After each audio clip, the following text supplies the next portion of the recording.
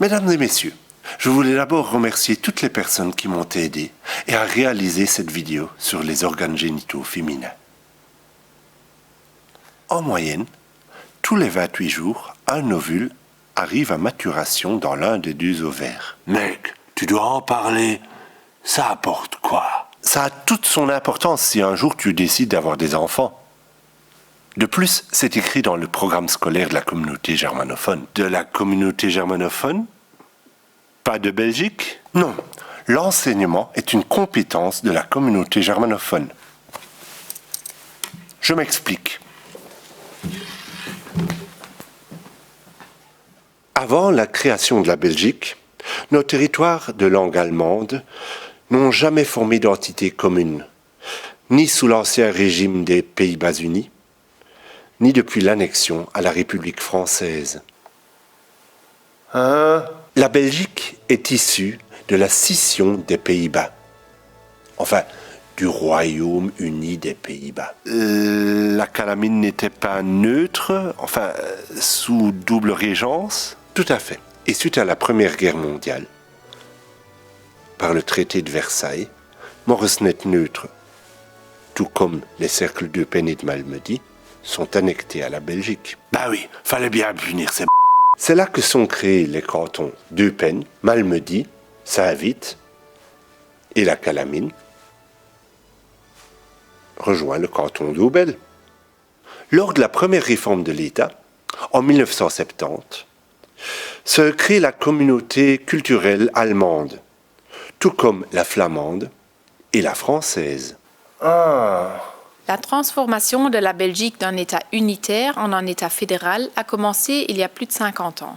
Les 3 communautés culturelles ont été instaurées suite à la réforme de l'État de 1970. La communauté culturelle flamande, la communauté culturelle française et la communauté culturelle allemande. 10 ans plus tard, les communautés culturelles sont devenues des communautés à proprement parler. À cela s'ajouta la création des régions, la région flamande et la région wallonne. La région de Bruxelles-Capitale n'a été créée qu'en 1988. Les régions et les communautés se distinguent par leur domaine de compétences. Les régions s'occupent entre autres de domaines tels que la protection de l'environnement, l'eau, l'agriculture et la sylviculture, l'énergie, les entreprises, l'aménagement du territoire et le logement. Les compétences des communautés sont aujourd'hui notamment la culture, l'enseignement, les affaires sociales et la santé. L'autonomie de la communauté germanophone s'est également étendue au fil des différentes réformes de l'État. En 1988, à la 3e réforme de l'État, la communauté germanophone reçoit la responsabilité de l'enseignement. Et maintenant, ça s'appelle la communauté germanophone? Depuis 1973, les citoyens de la communauté germanophone ont leur propre parlement.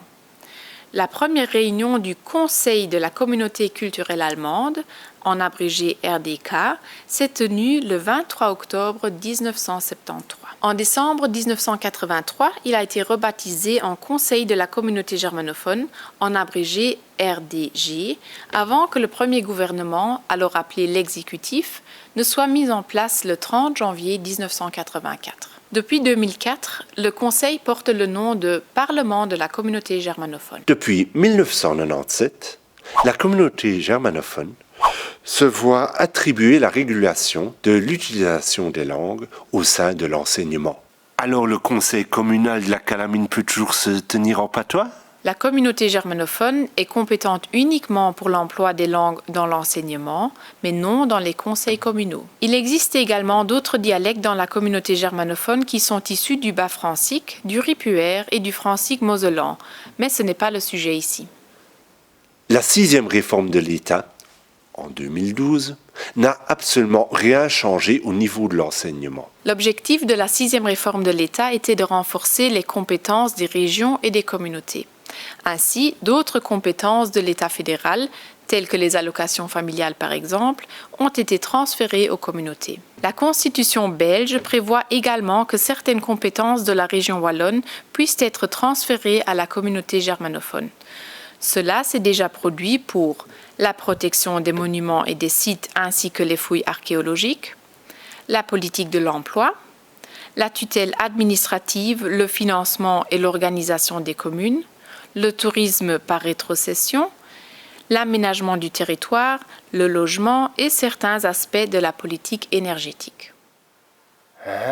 Les autres domaines de compétences de la communauté germanophone sont entre autres les affaires culturelles, les médias, le sport, l'usage des langues dans l'enseignement, la politique de la santé, la politique de la jeunesse, de la famille et des seniors, l'enseignement ainsi que tout ce qui concerne la formation et la formation continue.